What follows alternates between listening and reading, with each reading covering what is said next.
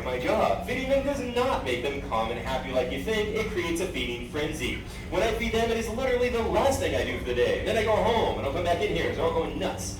Now if you're sitting there like, yeah, but I feed my dog and he loves me. Why wouldn't they be the same? Does that look like your dog? He doesn't think or act like a dog does. He will not see you as his friend or provider. He sees you as a walking hunk of meat. You brought more meat to feed him. He calls out a buy one, get one free.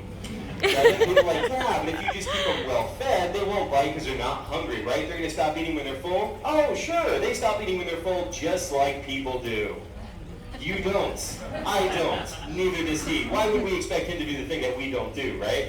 They don't get full. In fact, I've literally watched an alligator eat so much food he could help but puke it up and then eat the puke. Beautiful smell, by the way.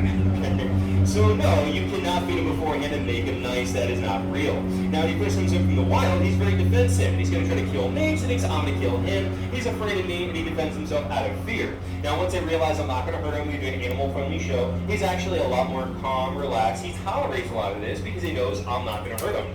Now, they also know, more importantly, that if any of them try to mess with me, I'll pick that one for the show instead. Get where I'm going here. My workday is 10 to 15 of these shows today. I work with every single alligator in here, and they know I'm the guy that does the show. That's when I'm walking around up next to them, they kind of keep their heads down. They're like, don't pick me, don't pick me. Now, that does not make them tame or trustworthy. They only respect you so far as they think they have to. And what I mean by that, if I trip and fall next to one, he'll be on you in a heartbeat. If my hand slips and he snaps, he'd rip my hand right off. And at least once a day when I'm walking around the water, one of them does creep up and try to bite me in the leg. If you're not quick, you're not paying attention, he'll rip your leg right off, eat it in front of you, and not think twice or feel bad about it, because he's an alligator, not a Labrador. Some of you look surprised, like, oh my God, really? God. Y'all seen way too many Disney movies. He is not my friend, he is not my pet. I love him, he does not love me, and yes, they all bite. In fact, this guy did bite my old boss before, so it's my favorite. Now, right behind the eyes are the ears. They seal off their ears, nostrils, and the back of their throat. Although they live in the water, they don't breathe underwater, but they do hold their breath an amazing 6 hours at a time.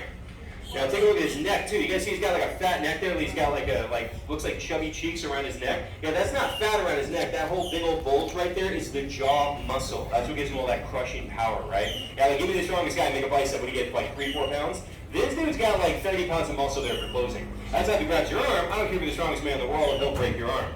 Now, I got one more trick I'm going to show you with him. Before I do, I want to say about myself really quick so you don't think I'm just some crazy redneck at a Hobox. Actually, I have a bachelor's degree in environmental studies from FIU Miami, so I'm an educator.